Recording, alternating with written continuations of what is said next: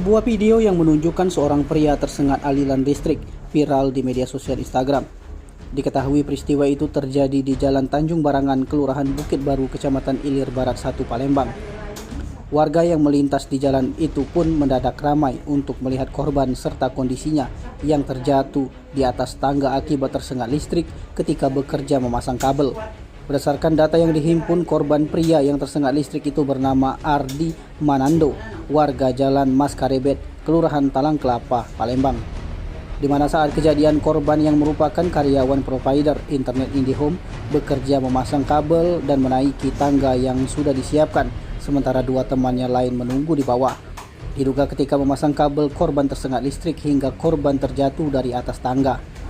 Kapolsek Ilir Barat 1 Palembang Kompol Ginanjar alias Sukmana melalui Kanit Res Ibtu Apriansa saat diwawancarai mengatakan untuk kondisi korban sendiri saat ini dalam perawatan dokter di Rumah Sakit Siti Khadijah Palembang.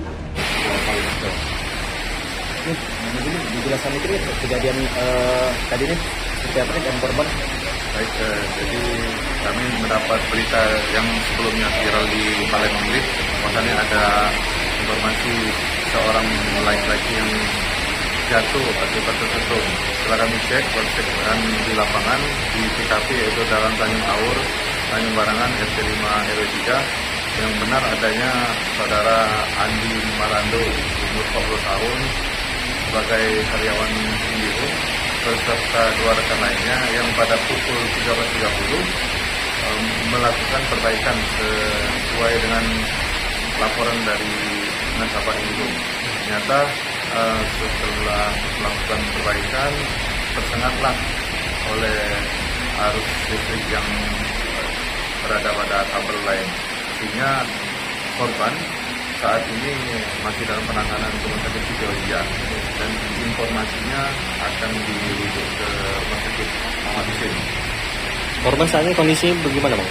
Saat ini korban dalam keadaan trauma berat namun masih sadar dan bisa berbicara dengan normal. Apakah ada luka, Bang, di tubuh korban? Jadi kalau kita lihat dari tubuh korban itu terdapat luka bakar pada bagian tangan, lengan sebelah kiri, paha sebelah kanan, dan korban ini pernah patah, jadi ada pen yang pada saat jatuh ini rusak lagi pennya. Demikian. Terima kasih, Bang. Tim Liputan Sumsel TV melaporkan.